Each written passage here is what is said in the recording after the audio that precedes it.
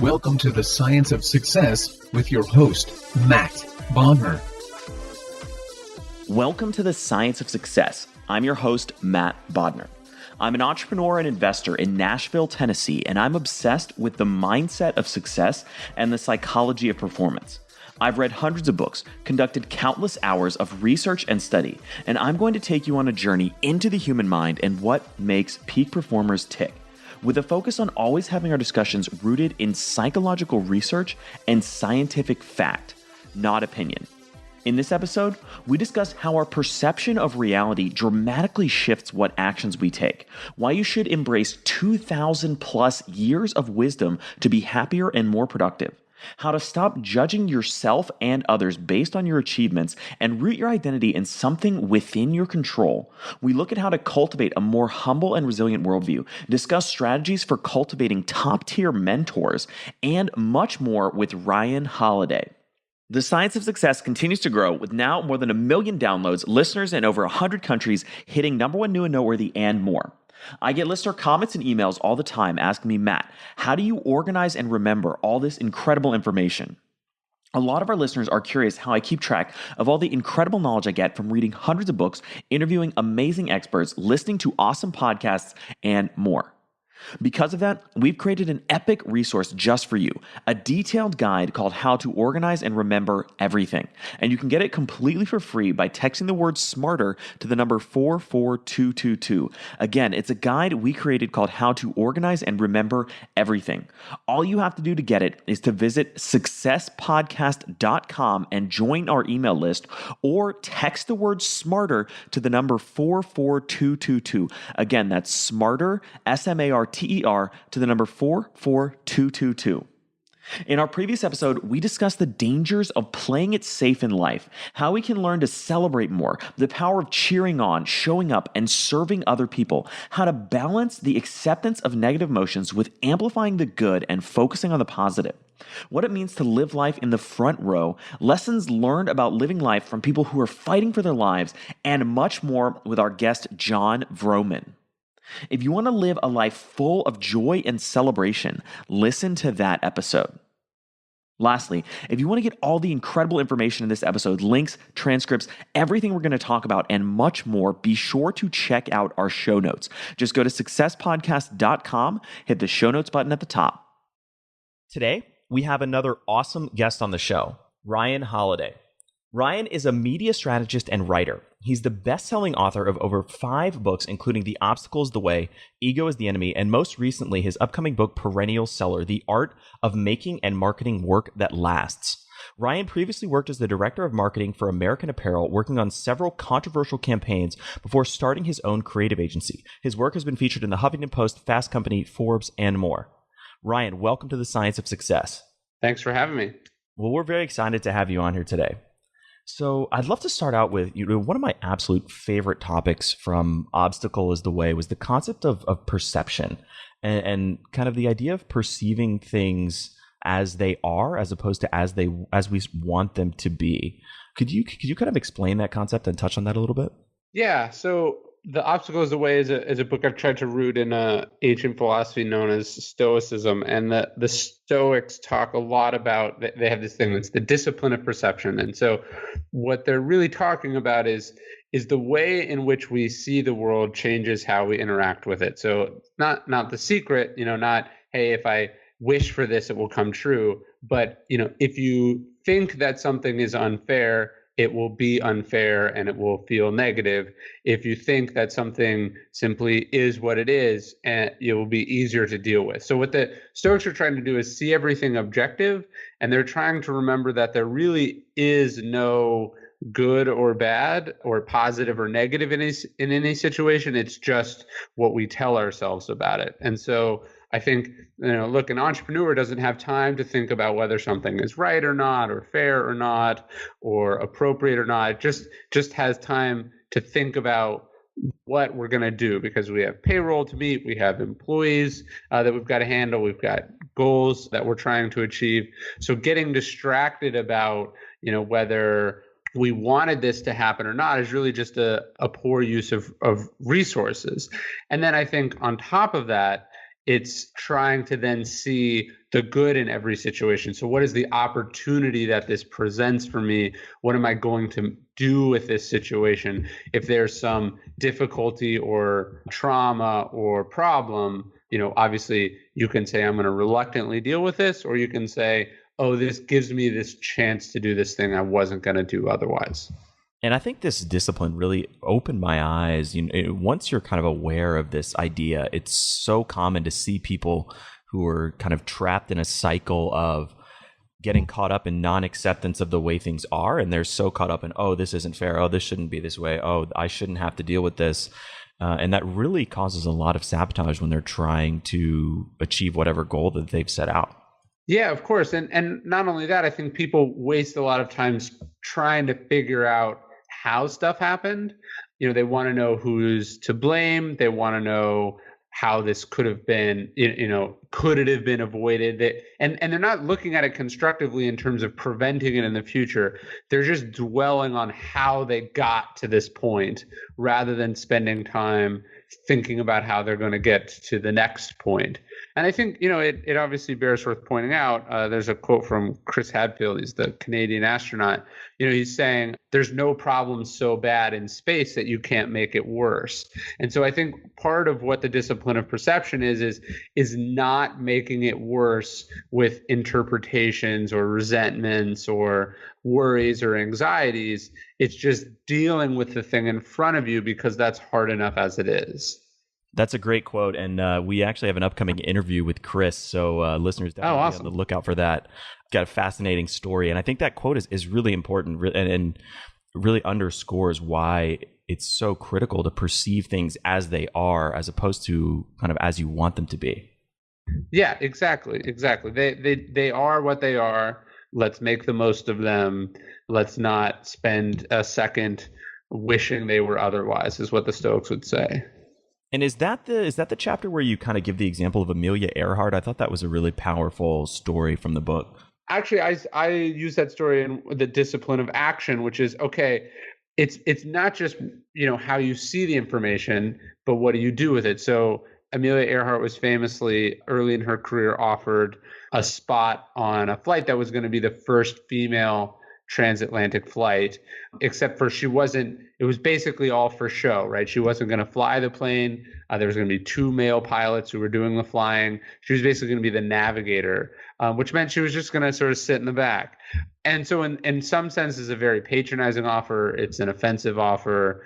The other 2 pilots were paid. I believe she wasn't paid.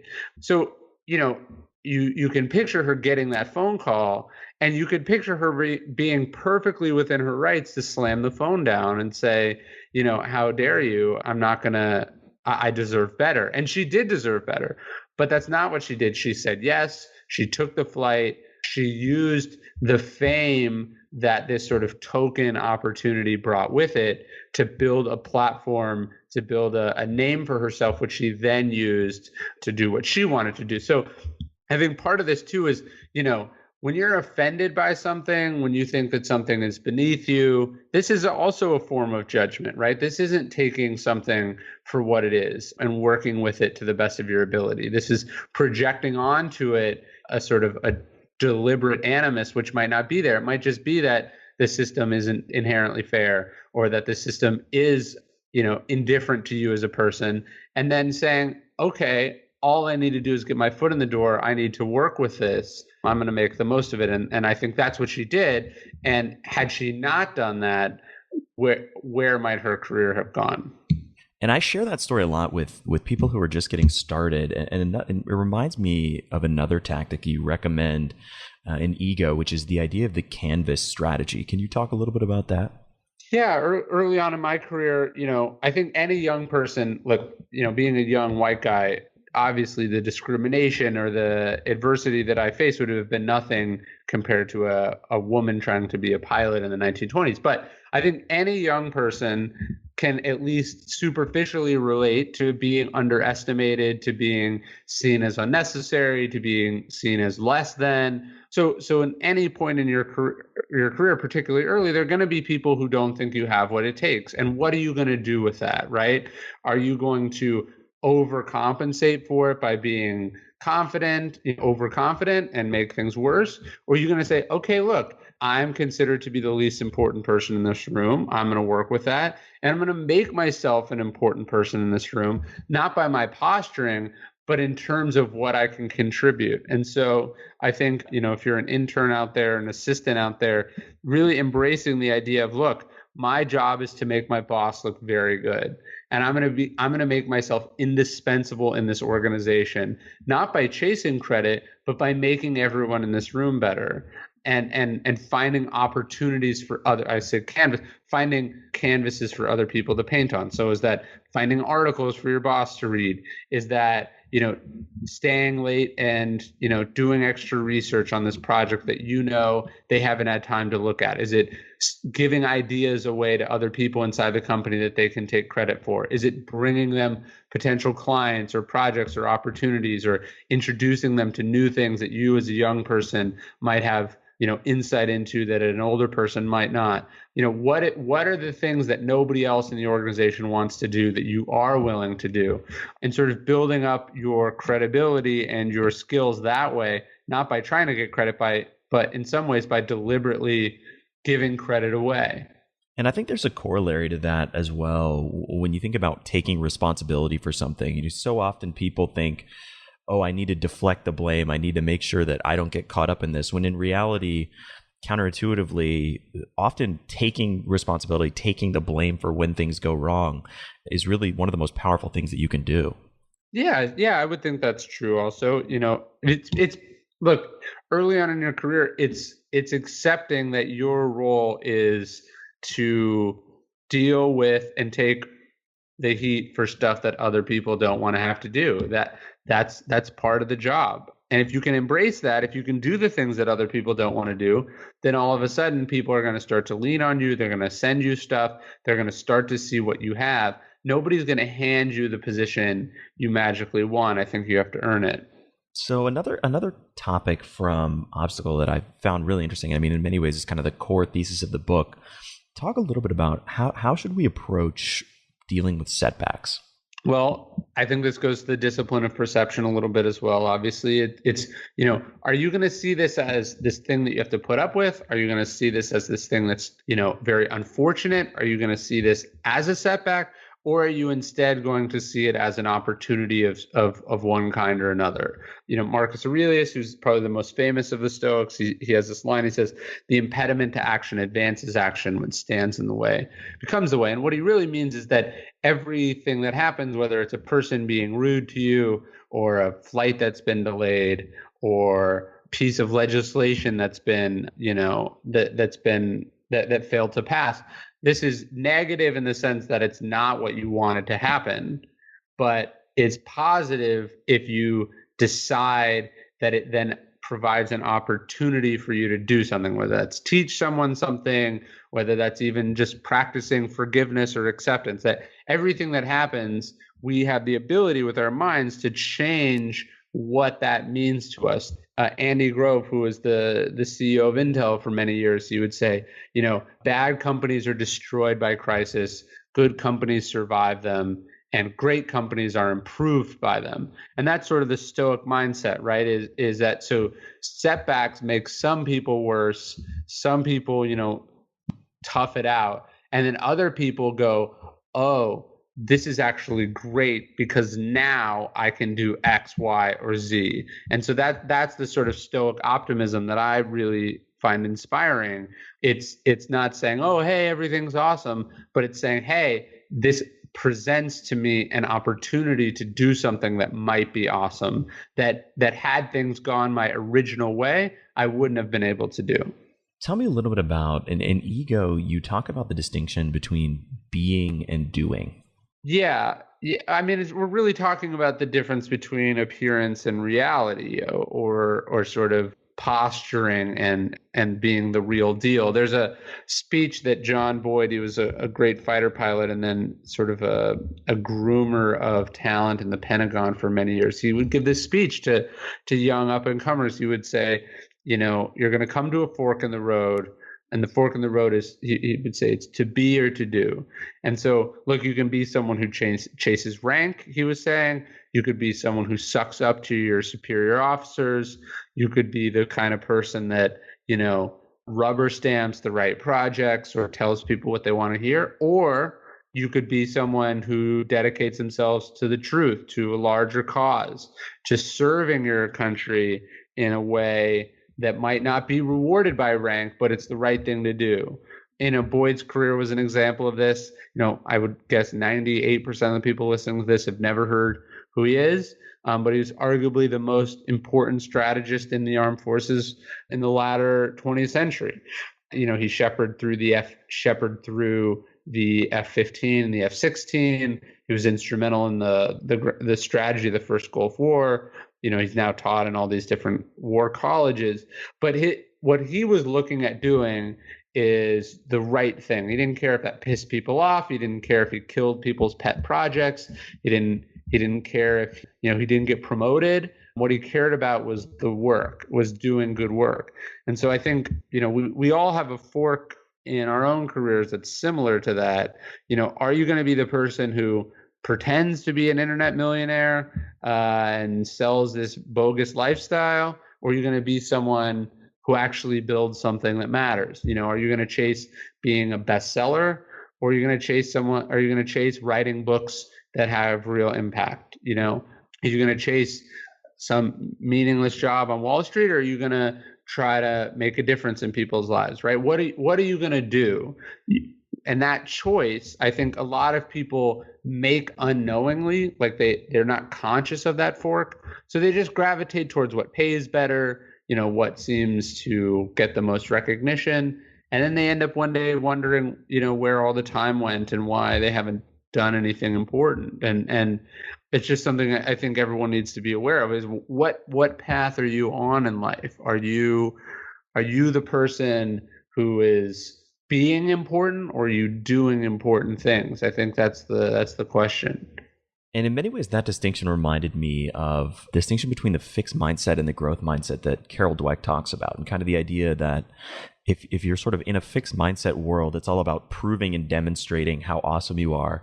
But when you're sort of in a growth mindset place, in many ways, you're focused on getting better, improving, kind of concrete development and growth.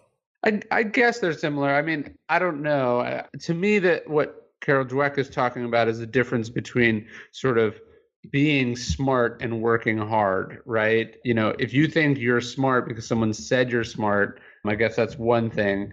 If you think that you work really hard and you're learning and you're getting better, one of those attitudes might look better on the surface, but the other attitude, it's like the other attitude over time is going to bear greater fruit.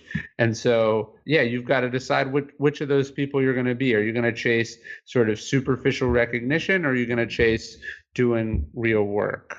That makes me think a little bit as well about another concept. I think you call it humbleness and ego, but it's the idea of how do we untangle success from our own kind of identity? And how do we not fall into the trap of judging people based on their achievements?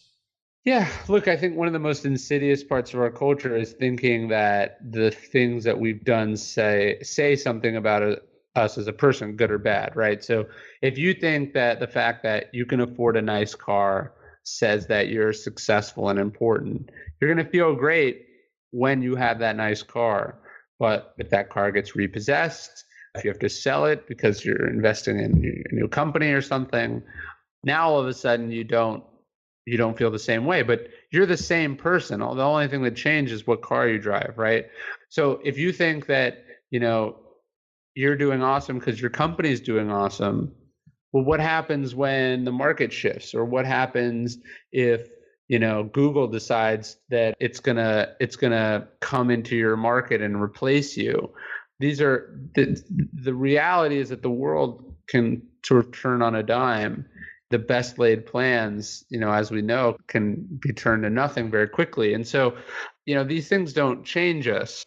The difference between first class and coach on an airline, other than price, is nothing. They're just chairs on an airplane. And so you want to be able to you want to be able to measure yourself not by this sort of external scorecard of accomplishment or recognition or achievement. You want to be able to measure yourself based on what went into them, because that's really the only part of that equation that you control, right?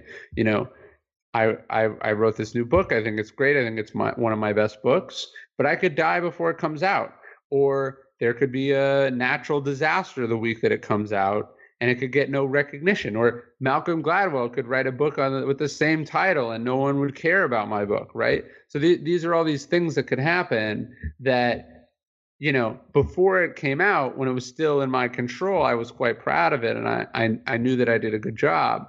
But then if I let these sort of external metrics decide whether it was good or not, I've now taken my confidence and my happiness and my identity and put them out in to other people's hands, and that sets us up to be disappointed. It sets us up to feel less than. You know, it's just not a great position to be in.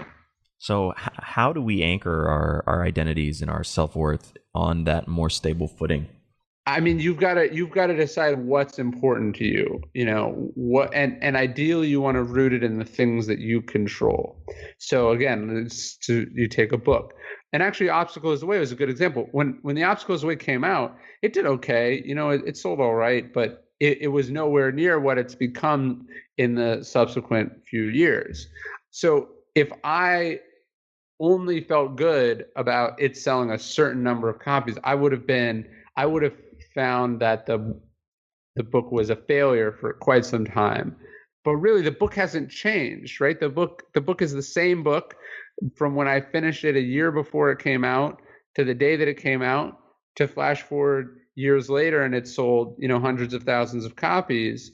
Nothing has changed. I haven't changed. The words on the page haven't changed. So those are really the what I should be focused on then. What you want your sense of good or bad or positive or negative to be rooted in is the part of it you control.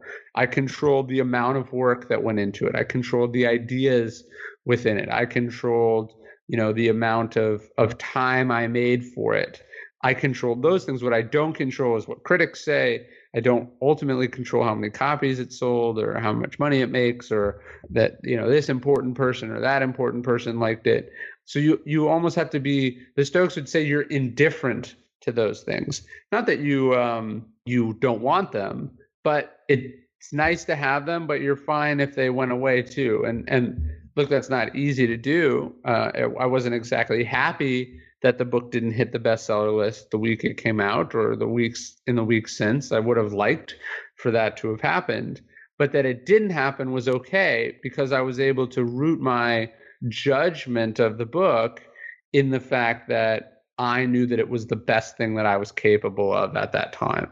In Ego, you also talk about the idea of entitlement. Tell me a little bit about that. Well, I don't know what you mean specifically, but I think in the related to what we're just talking about is a lot of people think they're entitled to the parts of the labor that aren't theirs, right? They think that they're entitled to everyone liking them or everyone telling them that they're awesome, or they're entitled to being in control of the universe, other people's opinions. It's like you see this with very egotistical people. You know, you even see this with Trump. It's like he doesn't get that people are allowed to not like him. It so deeply bothers him, and he's so used to being in control of everything that he ends up wasting incredible amounts of time and energy, and actually ends up making things worse for himself, trying to control these things that are inherently outside of his control. And so I think part of ego is just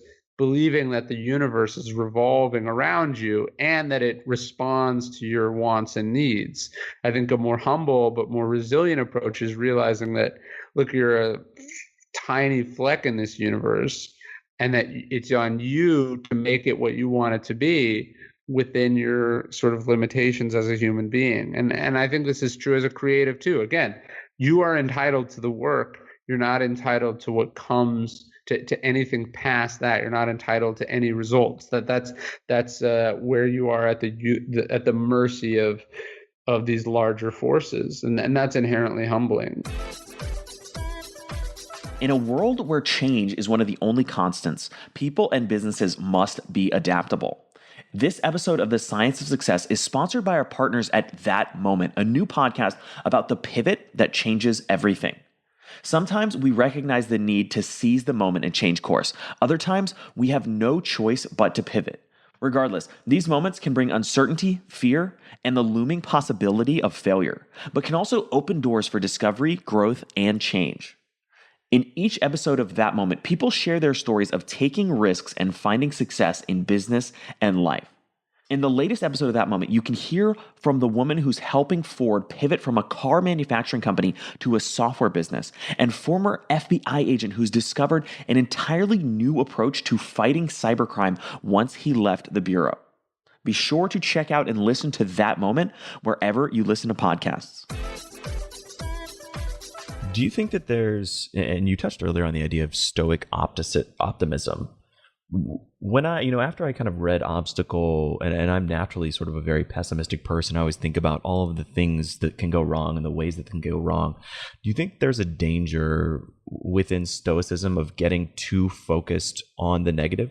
Well, the Stoics don't believe in a negative, right? They're saying they want to look at all possibilities, but that all the possibilities are the same, that there's no good possibilities and there's no bad possibilities. There's just potential outcomes in a given situation. So I think, look, there's pessimism. Pessimism is always looking at what could go wrong and then despairing because it can go wrong. A Stoic is instead saying, look, I'm going to launch this company and it could be successful. It also could fail and I could lose all the money that I put into it, but that's not going to stop me from trying. I still think that my odds are better of success than failure. So I'm going to push through and I'm going to put everything that I can towards doing so. And then if it does start to look like it's going to fail, here are all the things that I can do to prevent that. Here's all the options that I have, since I've thought about it in advance, that I can try to plan for those contingencies. So I think there's pessimistic people, and I think those people are not happy, and there's anxiety and worry in that pessimism. That's not what Stoicism is supposed to be about. Stoicism is thinking about the worst case scenario so it doesn't catch you by surprise. Also, so you can plan for it or plan around it or prevent it. And so the optimism in Stoicism is that it proceeds anyway. It proceeds despite the odds or despite the dangers or risks, and it goes into them not blindly, but with one's eyes wide open. I think that's a great point. The idea that there's not good or bad outcomes, there are only outcomes, and we need to think. Yeah, I mean, the Stoics would say there is no good or bad. There's only perception. There's just how we see things. And think about it. Look, what you would see as a bad outcome, somebody else might see as heaven on earth, right? Like you failing at a business to someone in the third world, they would kill just to get where you think failure is. So these things are all relative and subjective, and we should remind ourselves of that.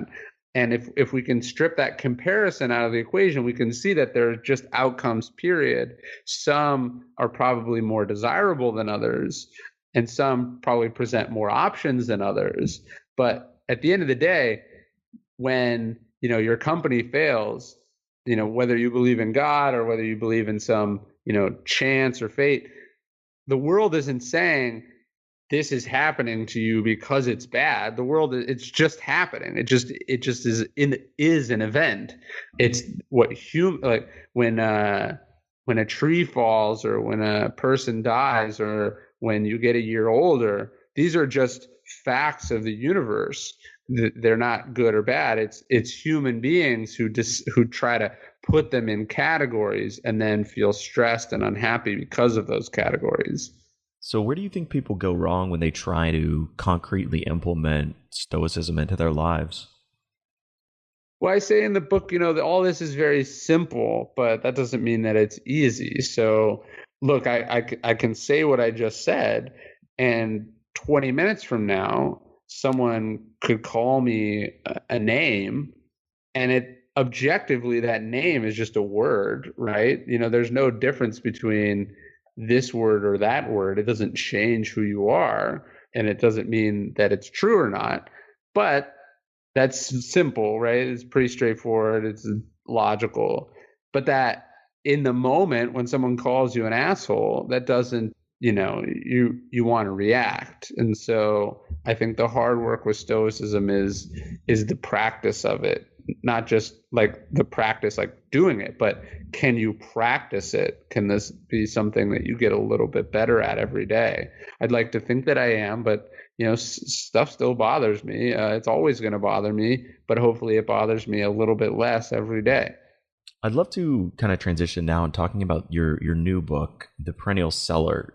One of the core ideas from that book is the notion that you shouldn't distinguish between the making of something and the marketing of it. Tell me about that. Well, I think a lot of people creatively, and I know this sounds very different than what the so-called important topics we were just talking about, but I've tried to write books that are going to stand the test of time. I've tried to write books that, whether or not they appear on the bestseller list, are going to sell well every single week. I want to create things that last, that help people, that work regardless of trends or current events. And part of the reason that a lot of creative work doesn't do that is that people go off in a cave and they make things, and then they try to figure out after how to make it. Or somebody decides, I want to have a podcast, and then they make a podcast, and then they go, how do I get listeners for this podcast? They don't think about it as one. They think about it as separate problems rather than the same problem. And that in a weird way, getting the audience or getting the attention for it matters as much, if not more, than how you made it. Because if you can't have one, the effort that went into the other was somewhat poorly spent. I think that makes a ton of sense. And you have a couple of examples from the book, Shawshank Redemption, 48 Laws of Power. Would you share one of those stories? Yeah, I mean, look, Robert Greene, who wrote the 48 Laws of Power, he was my mentor. I was his research assistant for a number of years. Look, that book was written in the mid-90s. That book could have been rooted in current events. It could have talked about the Clintons. It could have talked about, television shows that were on at the time. It could have talked about all these things. But instead, Robert wrote a very timeless book about power. And he wrote a book about power that wasn't designed for your typical business executive. It was very pragmatic and ruthless. And he says that it's amoral, meaning that it's not judging good or bad about the strategies. And the result was he's created this timeless book that's unlike anything else in the field. Its closest equivalent is probably Machiavelli's The Prince, which was written 500 years before. So in a way, he's done very little marketing for the book, because the book is the marketing. When people read it, it's so refreshingly provocative and bold that you got to read this book. The book is the marketing in many ways. And it's also designed to be timeless, right? Again, even though it's 20 years old, it doesn't feel dated. If he could have written it yesterday, you could have written it 20 years from now, and it would still be the same value. Part of the reason I've rooted my books in ancient philosophy is that I know that I've thought about the things that I've thought for a decade or 2 decades. I know that ancient philosophy has worked for thousands of years. So what am I going to bet on? Something that occurred to me when I was 25, or am I going to bet on something that somebody else came up with 2,500 years ago? And so rooting your work in timeless principles is really, really important. And you were pretty young when Robert Greene, I guess, when he became your mentor, right? Yeah, I was 19 or 20. How did you develop that relationship, or what? How did he become your mentor at such a young age? Well, I think become is the operative word there, right? There wasn't like this day where I was anointed, it wasn't like some ceremony or swearing in. I worked for someone who worked on his website, and then Robert and I started talking. I started working on his projects. I'd read all his books. We met for lunch one time. He told me that he was looking for a research assistant. I volunteered. He gave me a trial project, and then I did good on that. Then he gave me another project. And then, over 5 or 6 years, I proved myself. I did good work. It was an organic growing process. There was never, I think some people go, I need to find a mentor. And that's not really how it works. What you need is mentoring. And that can come from lots of different sources and people. And it usually evolves slowly. And so I think the other part is when you begin to show potential or talent, it doesn't like if you're totally clueless and you don't know anything and you have no marketable skills of any kind, you're not going to find a mentor. In some ways, it's inherently unfair. The people who need mentoring the most get it the least, but that's how it works. Sheryl Sandberg, she says, it's not find a mentor and you will do well. Do well and a mentor will find you. And that's how it happens. You've got to put in the work, show the potential, and then people will be willing to invest in you. Back to Perennial Seller, tell me a little bit about how do you approach the creative process? Well, I think about the audience a lot. I think about who am I making this for? I think about, what is this project going to do? What am I trying to accomplish? What does success look like on this project?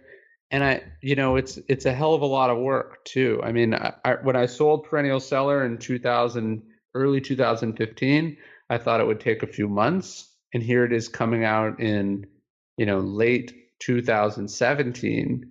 So it took over 2 years, and not like 2 years of sporadic work, but 2 years of almost every day making it a little bit better. So I think people think that books or movies or whatever are these like sort of flashes of inspiration or flurries of activity, when it's really it's you have an idea and you test that idea, you start to think that there's some promise to it, and then you just work on it every single day, and it gets 0.01% better each time you touch it, and these improvements compound, and at the end, probably much later than you think, it's eventually finished and you have it. How do you go about testing your ideas? But I say like every article should be every book should be an article before it's a book. Every article should be a dinner conversation before it's an article. I think you've got to interact with people who are at least representative of your audience and see, is there potential? Is there a flash or a glint of intrigue in their eyes when they hear it? And if there's not, then you got to keep tweaking the idea until you get there. So give me a specific example. Like how did the Perennial Seller, for example, evolve from a dinner conversation into an article into eventually a book? I mean, yeah, it's funny. My editor came to my wedding and she was like, hey, you should do a book on book marketing. And I thought that was interesting. And I explored it. I wrote a book proposal and it sold. So there was some interest, right? Obviously, or they wouldn't have bought it. And then I started talking to people about the book, and I found, most of the people I know are not authors. So the idea of a book about book marketing, it kept falling flat. And then I realized too that a lot of the strategies that I was going to talk about would be out of date very soon. And so I pivoted towards generally how do you make anything that lasts? And then, or how do you market anything that lasts? And then most of that marketing actually has to do with what the product is itself. So then it was really how you make and market anything that lasts. And then obviously I had to sit down and write it. And there are different sections that I talk to people about. But, it evolved from this suggestion about one topic to being a full-fledged book of I don't know, 50 or 60,000 words, maybe more, about a totally different thing. And that wouldn't have happened if I just written the book. Let's say I'd known that my publisher would publish anything that I wrote. So I would have thrown together a first draft about, book marketing, and then it would have been published, and it would have been much worse, and it would have had much less chance of success had I not had these conversations, and had I not got pushback from the people that I did talk to it about. So for somebody who's listening, how would you recommend that they think about finding a market or an audience for their ideas or for the sort of concept that they have around creating something? Well, I would think, what are problems that people have that need solutions? I think that, far too much creative work is a solution in search of a problem, when really it's got to be the other way around. What's a problem that people have? What is The Obstacle is the Way is a book about philosophy, because that's what I'm interested in, but it's actually a book about how to overcome obstacles, because that's what other people are interested in, right? And the two come together. So you have to find a problem to solve, and the deeper and more perennial the problem, and the better your solution, the more likely you are to create something that's going to endure and that's going to be, hopefully financially lucrative as well. And how do we, how do you approach digging in and really discovering kind of what those problems are, or how, finding people that, kind of unearthing what the challenges they have that you could maybe help talk to or address? To me, it's kind of obvious. I mean, what are problems you have in your own life that other people share? What are problems that people in your life seem to talk about? What are the things that you wish you'd known when you were younger? What's the thing that you went through that you had to white knuckle that you wish that there had been solutions for? What are the things that you're experiencing in your life? I mean, you're not pulling up a phone book and trying to call people and go, what are some problems that you have? But you're looking for resistance and difficulty that other people have accepted or have put up with, that there might be a solution to. What did people sing before there was the song Happy Birthday? What book did people read before What to Expect When You're Expecting? Where did people go eat when they would get hungover on the weekends? And, before there was brunch spots, what are needs that people have to which there are currently no solutions? And then your work is presented as an alternative to the status quo. So if you were to have to kind of start from scratch today, if you had no existing audience, no relationships, how would you go about building an audience or building a platform for yourself?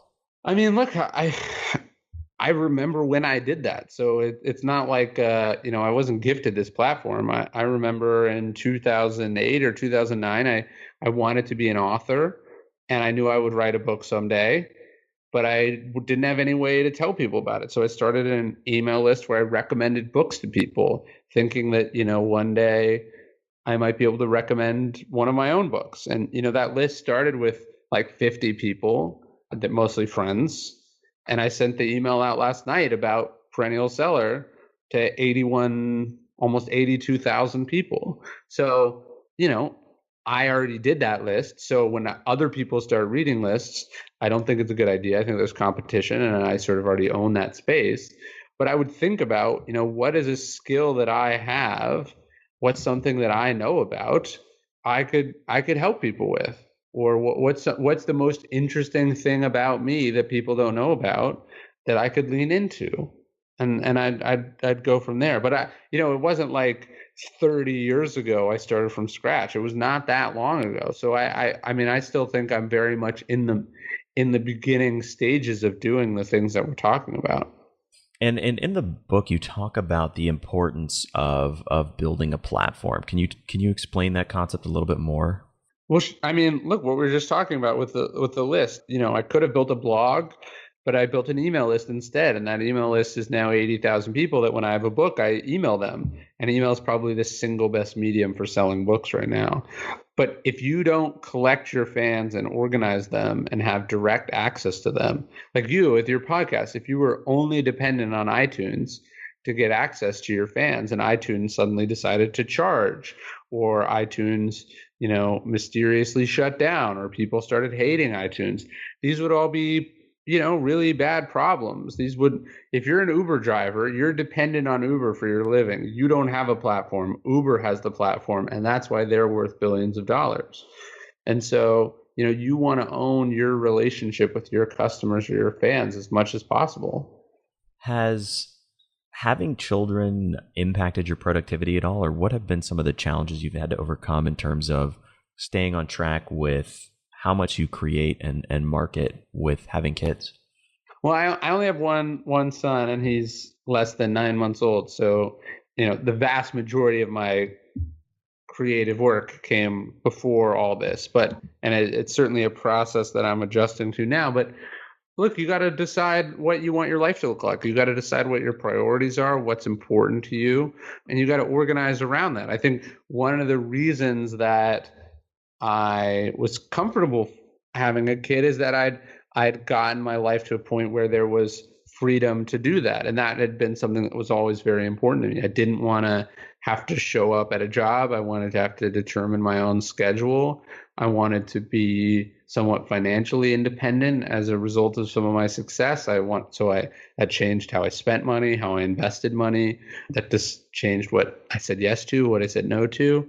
So it certainly changes your priority. I mean, there's a few hours that I spend in the morning now that before I get started that weren't there before. But I think the rewards are more than worth it. What's one of the hardest struggles that you've personally had to overcome? I kind of hate that question because I think it implies I don't like this idea of these like sort of the adversity Olympics, right? Like who has gone through this and who has gone through that, and let's all compare them. And then I think the other part of it is that it implies that it's like this thing we do once that determines who we are. To me, the struggle is waking up every day and being tired, and do you go to work or not? There's this fire to put out or that fire to put out, or this employee has this problem, and how are you going to deal with it? So to me, the struggle is this sort of day-to-day thing that I focus on. And then at the end of the day, I don't think about it anymore. I don't think about, 2014, I wrote about an ego was a very hard year for me.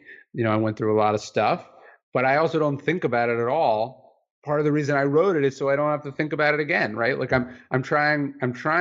And part of the Stoic optimism is also realizing that time you spent dwelling on the past, either negatively or positively, like patting yourself on the back for getting through something, is really just wasted time that's not being directed at what you're going to do next. So that's where I prefer to focus my energy.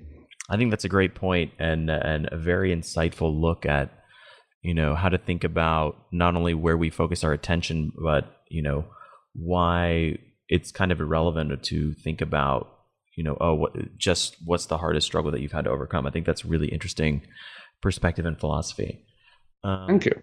So for somebody who's listening to this episode that maybe wants to start or concretely implement some of the ideas we've talked about today, what would kind of be one action or activity you'd give them as a starting point to do that?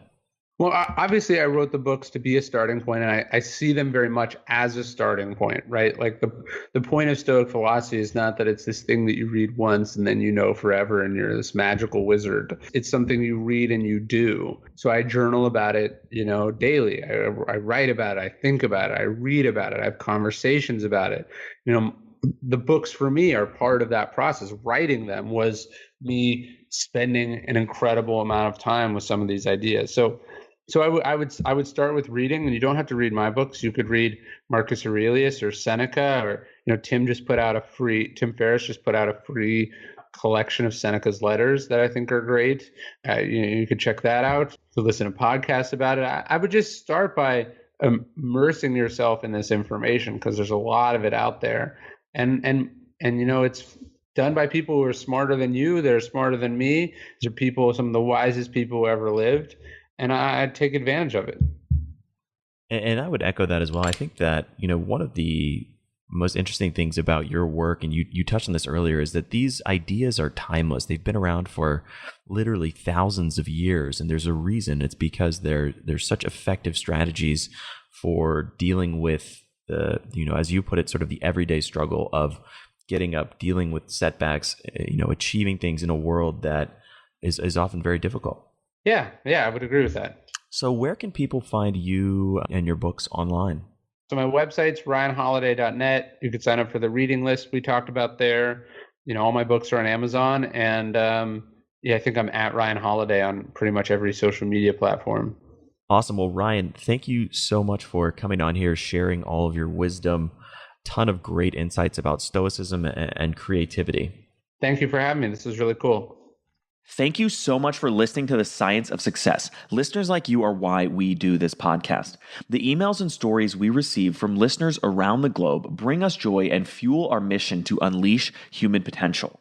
I love hearing from listeners. If you want to reach out, share your story, or just say hi, shoot me an email. My email is matt@successpodcast.com. That's matt@successpodcast.com. I would love to hear from you, and I read and respond to every listener email. The greatest compliment you can give us is a referral to a friend, either live or online. If you've enjoyed this episode, please leave us an awesome review and subscribe on iTunes, because that helps more and more people discover the science of success.